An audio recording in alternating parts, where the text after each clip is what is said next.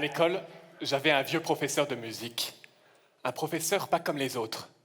Son visage paraissait un peu éteint, le bout de ses doigts tremblait, ses mouvements étaient lents, et parfois ses jambes restaient gluées au sol devant les portes. Il était atteint de la maladie de Parkinson.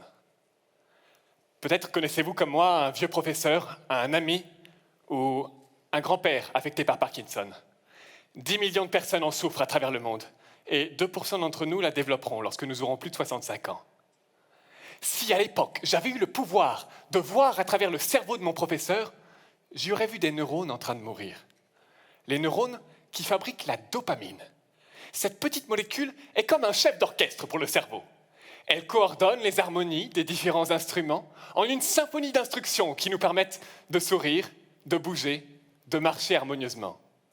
Mais lorsque ce chef d'orchestre, Maestro Dopamine, n'est plus produit par le cerveau, certains neurones de l'orchestre se mettent à jouer n'importe quoi. Appelons-les arbitrairement les altos. Les altos se mettent tous à jouer une seule et même note, si fort qu'elle résonne à travers tout le cerveau, et provoque des tremblements dans le bout des doigts, ralentit des mouvements et bloque la marche. Alors pour les calmer, on peut soit introduire un chef d'orchestre temporaire dans l'orchestre, en mangeant de la dopamine, soit placer une caisse claire au cœur des altos, et la faire jouer si fort qu'ils s'arrêteront de jouer.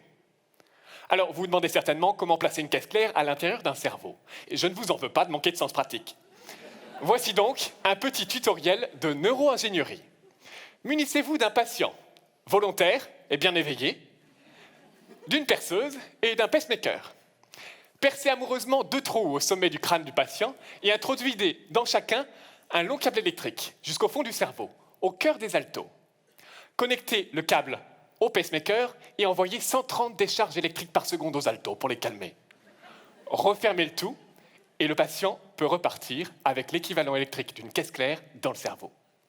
Cette technologie s'appelle la stimulation cérébrale profonde. Et sur les 10 millions de personnes qui souffrent de la maladie de Parkinson, vous pouvez en croiser 200 000 qui se baladent, l'air de rien, avec un implant dans le cerveau. L'air de rien, pas vraiment. Ils n'ont plus de tremblements et leurs mouvements sont plus fluides, mais cette technologie ne les aide pas beaucoup à mieux marcher. Ma thèse consiste à connecter le cerveau des gens atteints par Parkinson à une intelligence artificielle pour les aider à mieux marcher. Pour ça, je développe un programme qui écoute les neurones dissidents. Je l'entraîne à détecter quand ils vont jouer une note qui va bloquer les jambes du patient et à immédiatement ordonner à la stimulation de jouer à un rythme qui lui permettra de remarcher. Un chef d'orchestre artificiel qui permettra, j'espère, à mon vieux professeur de musique de revenir aux répétitions.